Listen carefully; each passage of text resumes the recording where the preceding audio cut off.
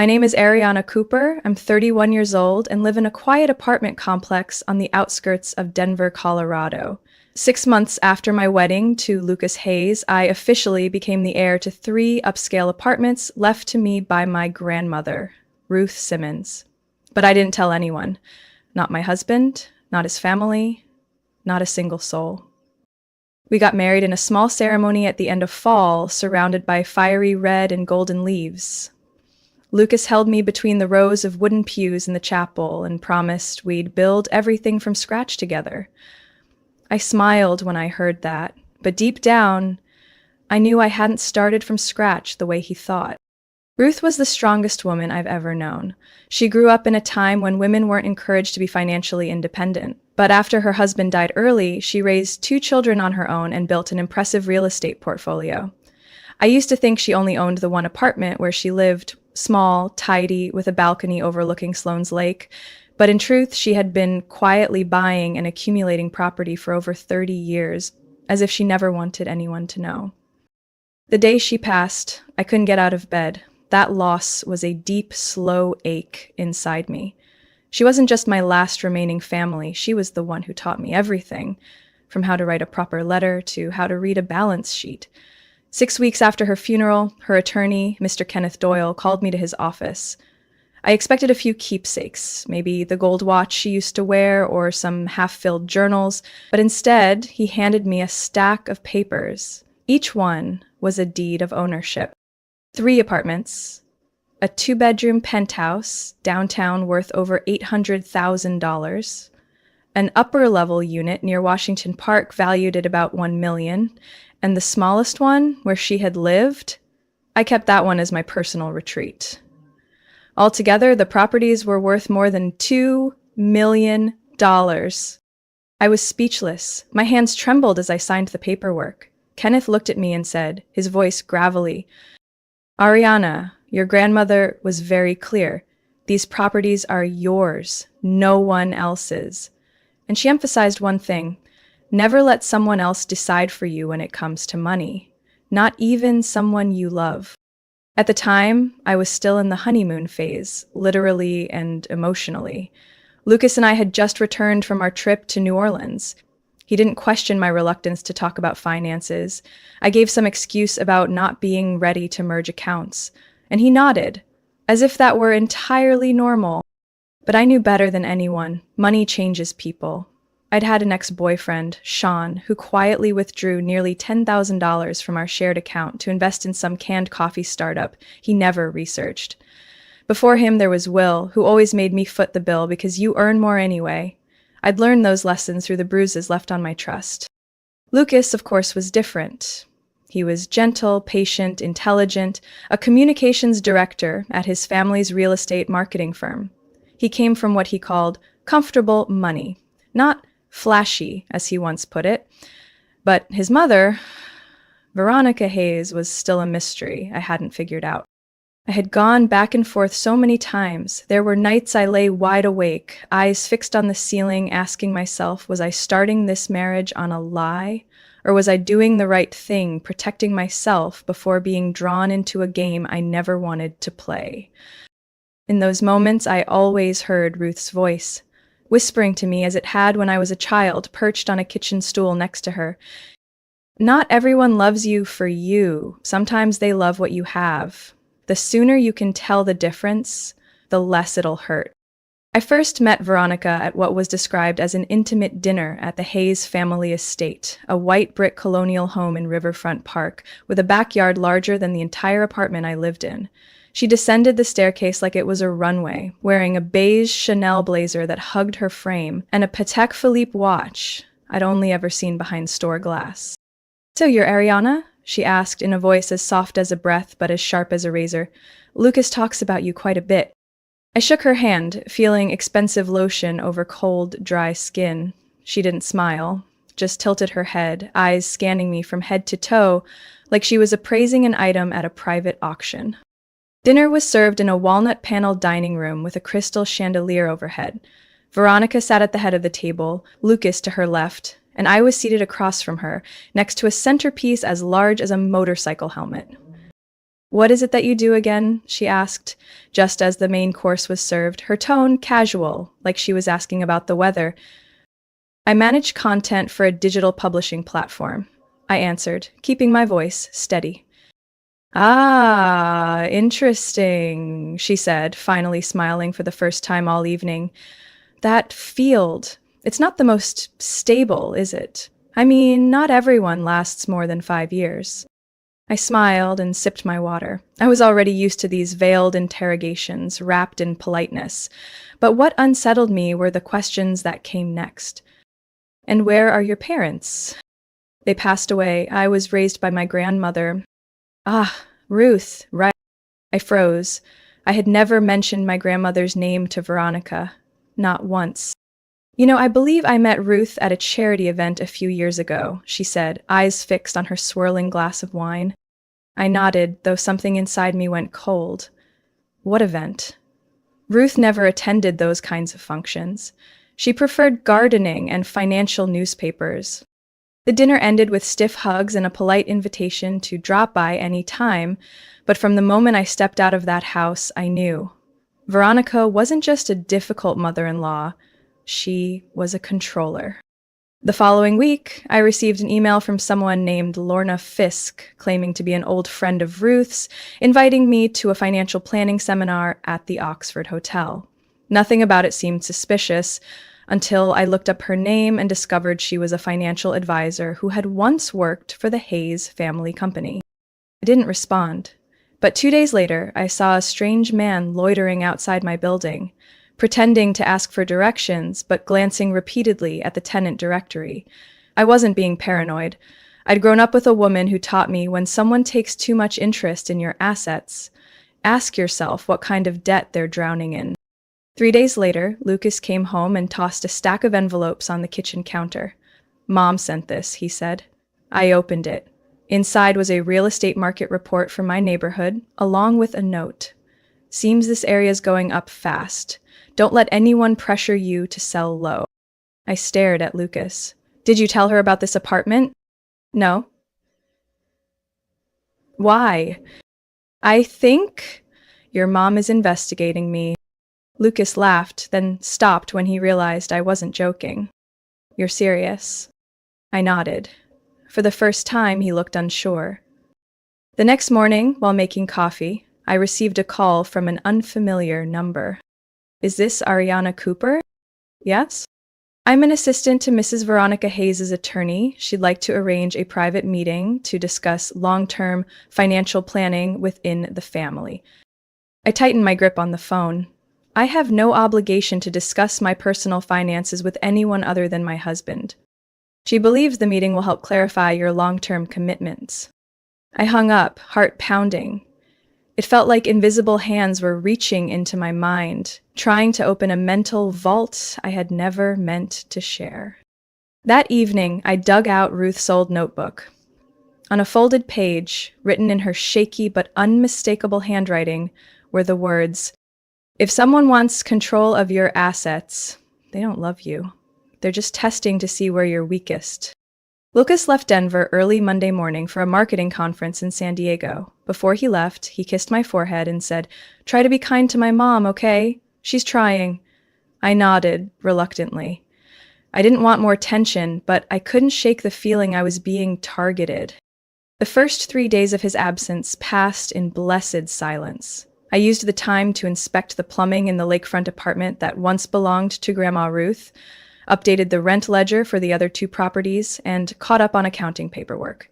Everything was under control, until Thursday afternoon. When the doorbell rang, I thought it was food delivery. But when I looked through the peephole, I saw Veronica standing there, in an ivory overcoat with a luxury leather handbag tucked under her arm. Beside her was a gray-hailed man in a dark suit, holding a slim leather briefcase. His expression was polite, but blank.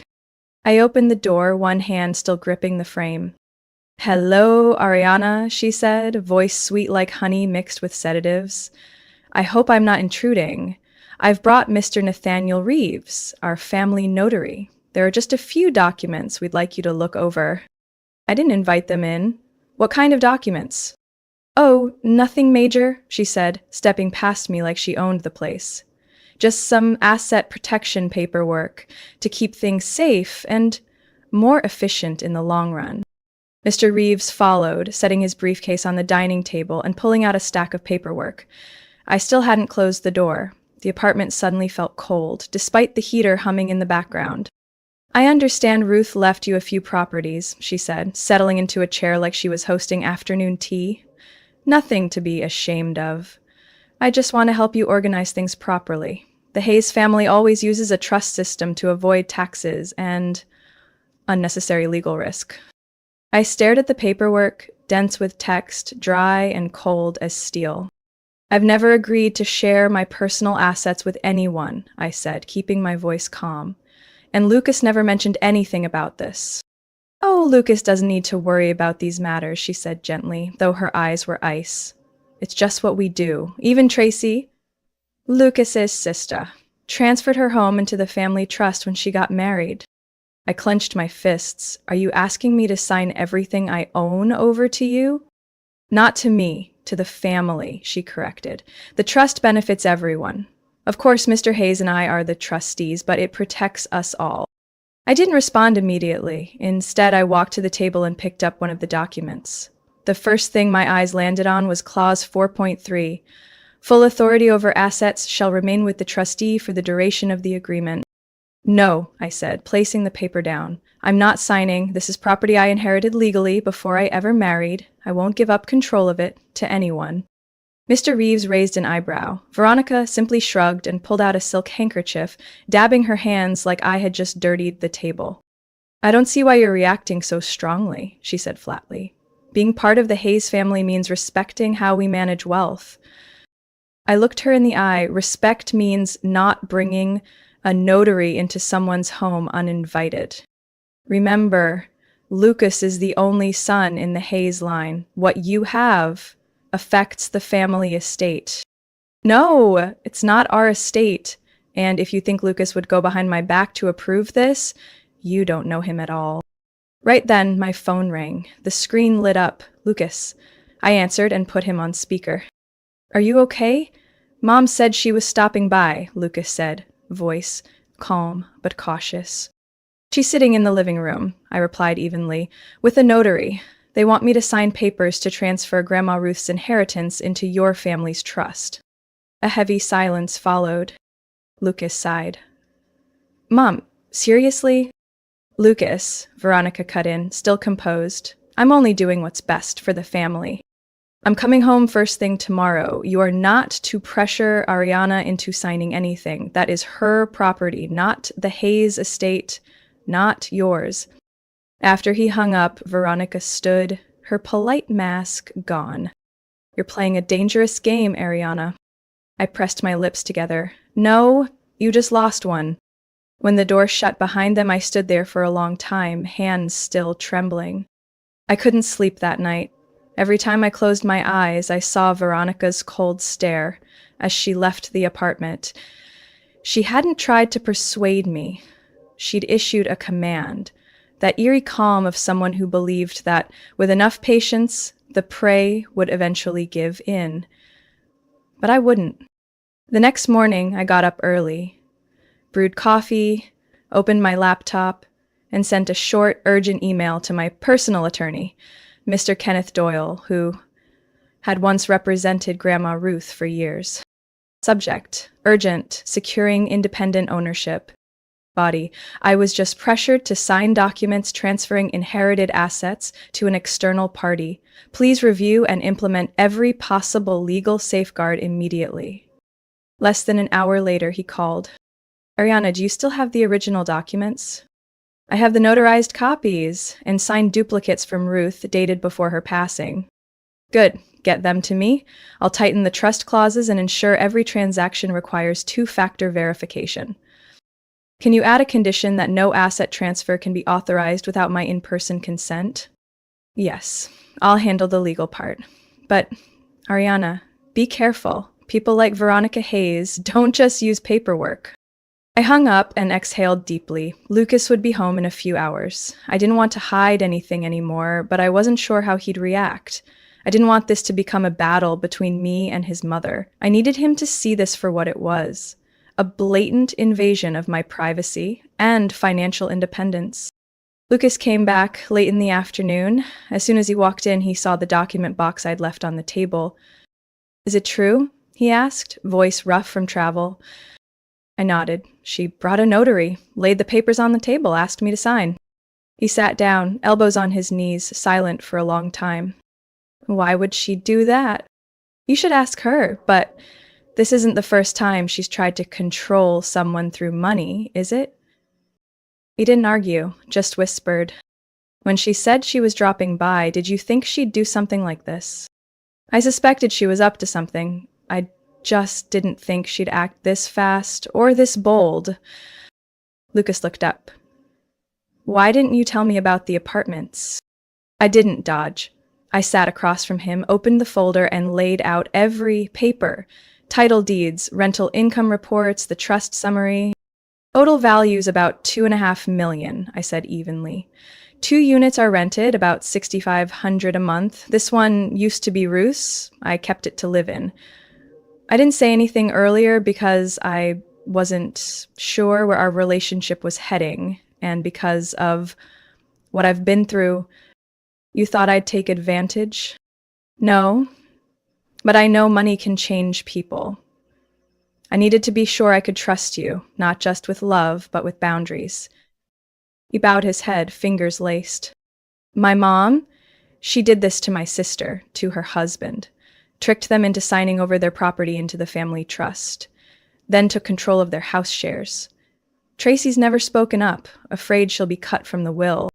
I raised an eyebrow. "You knew that, and you still let her get close to me?" "I didn't think she'd go this far. I thought she'd just test your limits." "She blew right past them." Lucas looked at me, really looked at me, for the first time that day. "I won't let her interfere again, but you should know I can't control her." "I'm not asking you to control anyone," I replied, voice low but steady. "I just need to know which side you're on." We sat there in silence. No one won that conversation. But one thing was now certain. From this moment on, no one would ever lay a hand on my assets unless they went through me first. I stood, gathered the paperwork, and locked it in the wall safe. Lucas came up behind me, placing a hand on my shoulder. "I never loved you for what you have." I turned to face him. "Good, because now you know exactly what I have, and I'm not letting anyone take it from me." Outside the window, the first flakes of snow began to fall. A storm was coming. 3 days after confronting my mother-in-law, I got a call, close to 10 p.m., a number I didn't recognize, but something told me I shouldn't ignore it. "Sorry to bother you this late," the man said cautiously. "My name is Marcus Weller. I used to be the chief accountant at Hayes Media Group." I frowned. "I'm not sure why you're calling me. I don't know if I should be doing this, but I think you need to know the truth about why Veronica's been so focused on your assets lately." I walked into the kitchen, locked the balcony door, and sat down. My heart was pounding. "Go on." "I resigned 3 weeks ago, forced to sign the letter after I refused to keep falsifying reports under Mr. Charles Hayes' direction, your father-in-law."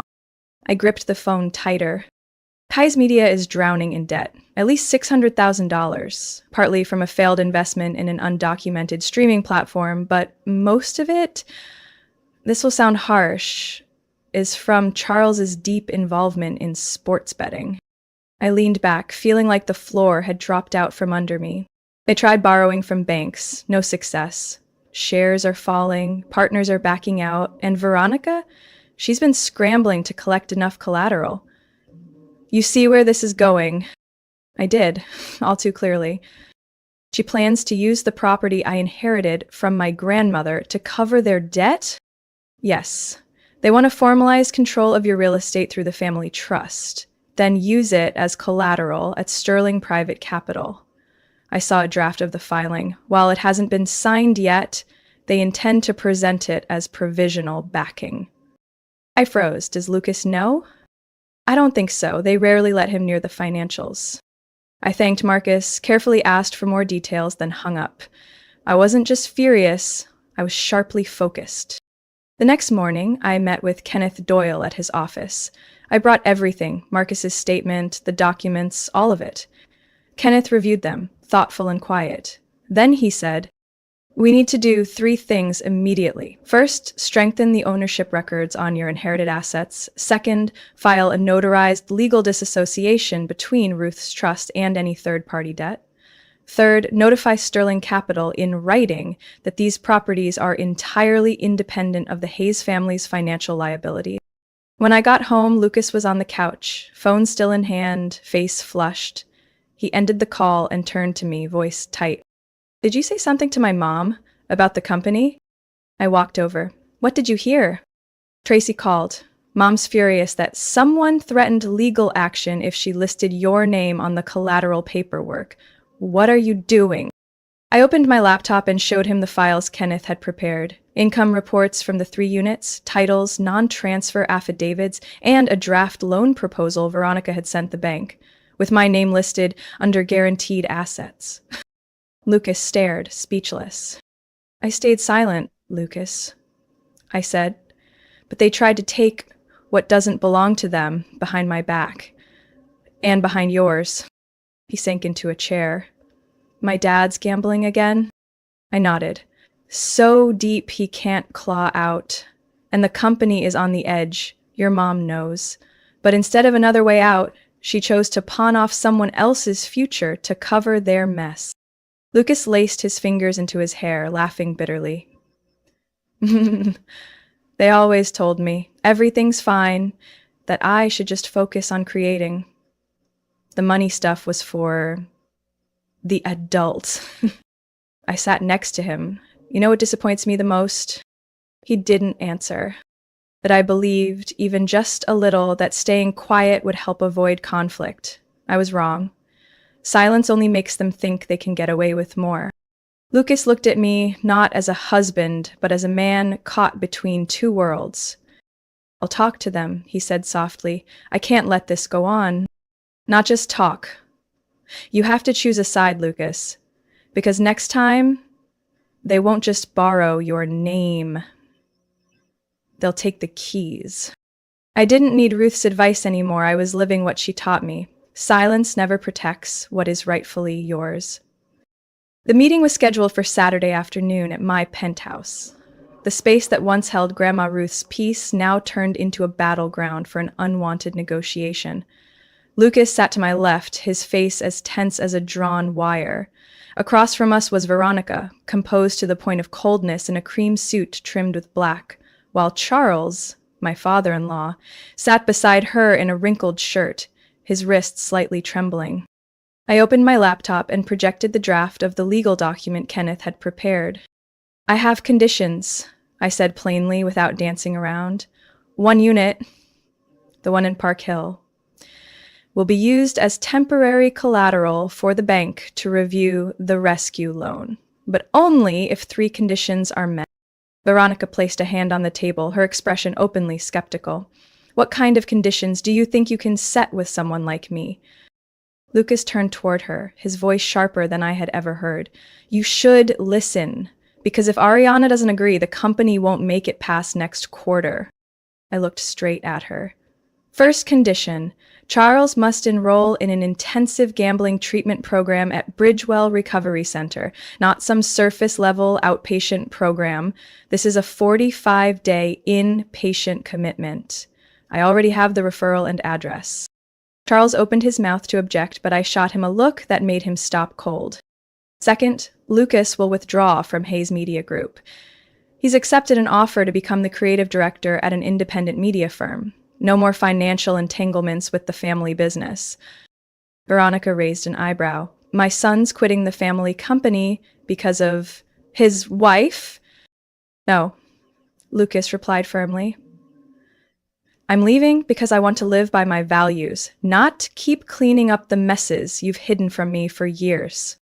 I continued, "And the final condition, you must write a formal letter of apology acknowledging your intrusion into my personal property. Additionally, You must commit to no further interference in my and Lucas's financial decisions. From now on, everything must be transparent, with signatures from both parties." The room fell silent. I knew for Veronica, this last part was the deepest cut. She had never bowed to anyone, let alone apologized. "This has gone too far," I said slowly.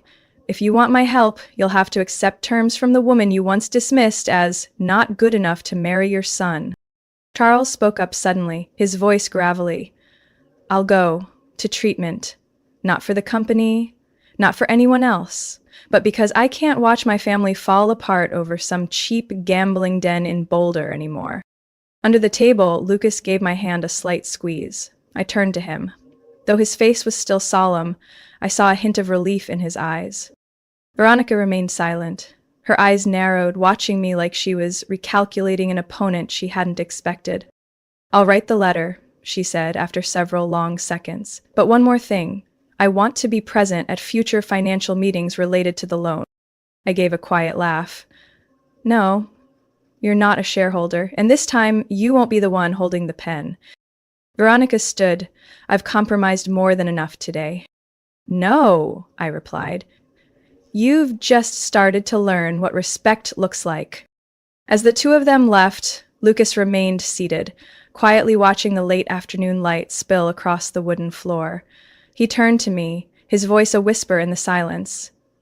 "You did what no one in my family has dared to do for 3 decades." I leaned my head on his shoulder. I didn't want to win anything, I just refused to be erased from my own life. We sat there in the fading light, saying nothing more. 1 month after that fateful meeting, things began to shift, slowly but unmistakably. Mr. Charles Hayes was admitted for treatment at Bridgewell during the first week of November. There was no send-off, no farewell family dinner, only Veronica silently accompanying her husband into the facility, her face stone cold but her hand trembling as she signed the inpatient commitment papers. Lucas left Hayes Media Group as scheduled, leaving behind only a short email. "I am grateful for what I've learned at this company, but now it's time to begin a new journey, one with clear values and transparent boundaries." There was no bitterness in his words, but I knew each sentence cut deep into the structure Veronica had spent 3 decades building. He officially accepted a position at Greenlight Studio, a media company focused on environmental and educational campaigns.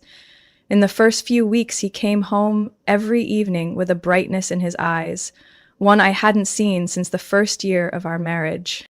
As for me, I continued living in the penthouse Ruth left behind, but now that space was no longer a sanctuary. It had become a mini command center, managing 3 smoothly running properties.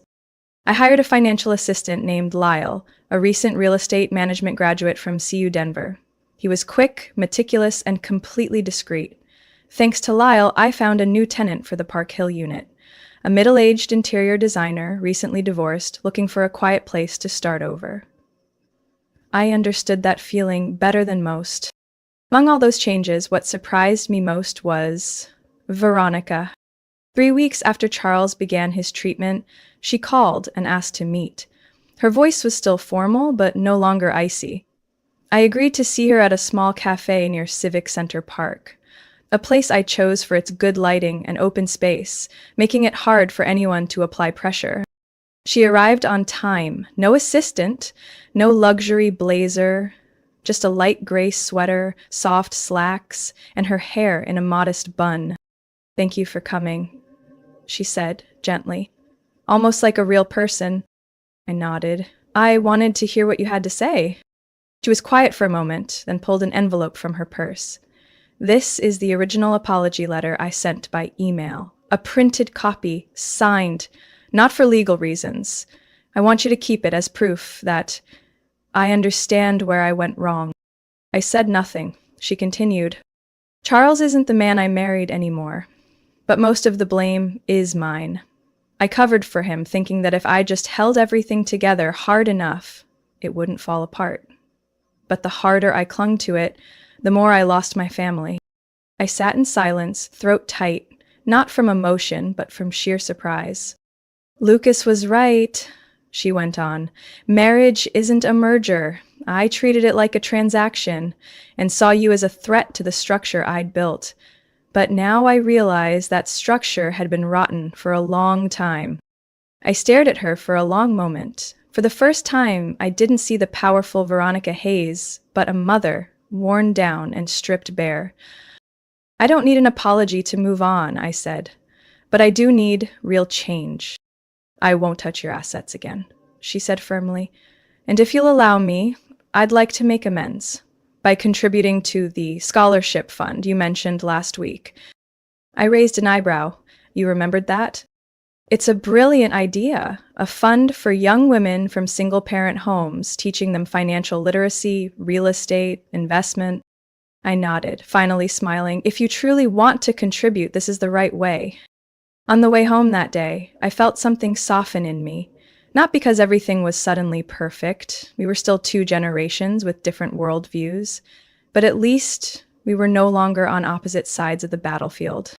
The following month, I was appointed content director at the publishing platform where I worked, a position I had thought would take at least 2 more years to reach. But maybe, once you stand up for yourself, life clears the way for you in unexpected ways. One March morning, as the snow melted across the streets near Cheeseman Park, I set the pregnancy test down on the sink and stared at the 2 bright red lines. My first feeling wasn't panic or worry, but a stillness deep in my chest, like my body was trying to process something more sacred than logic. I stepped out of the bathroom, still holding the result, and saw Lucas reading emails on his laptop.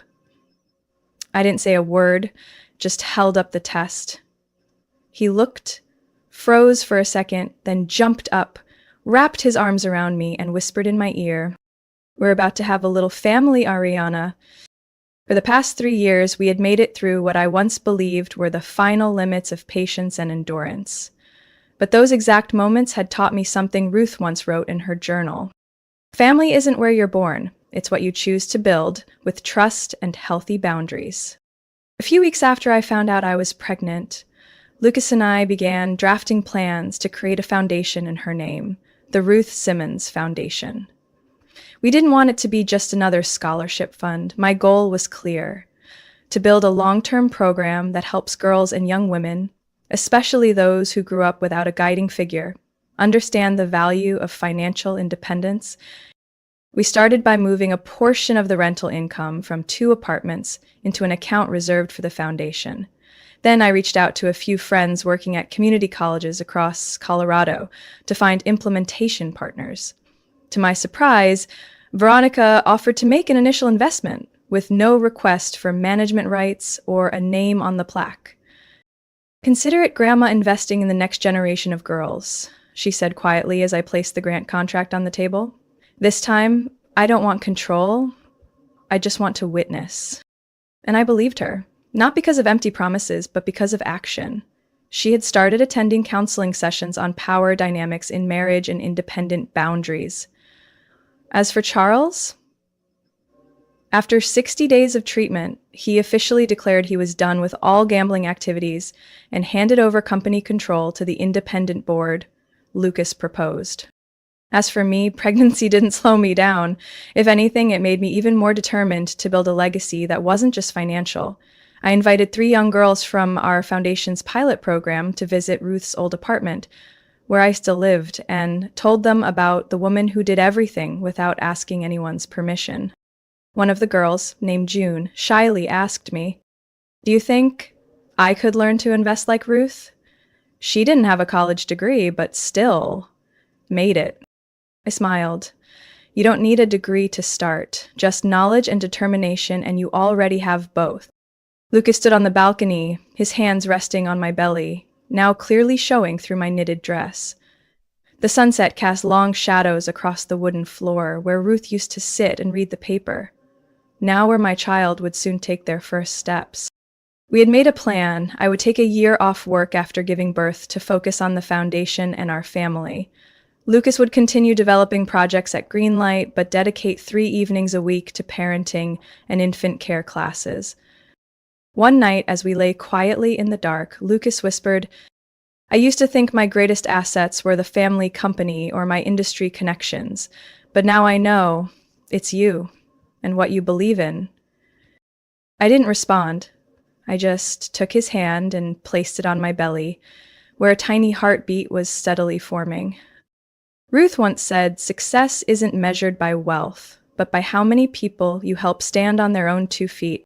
And I, Ariana Cooper, am walking the path she left behind.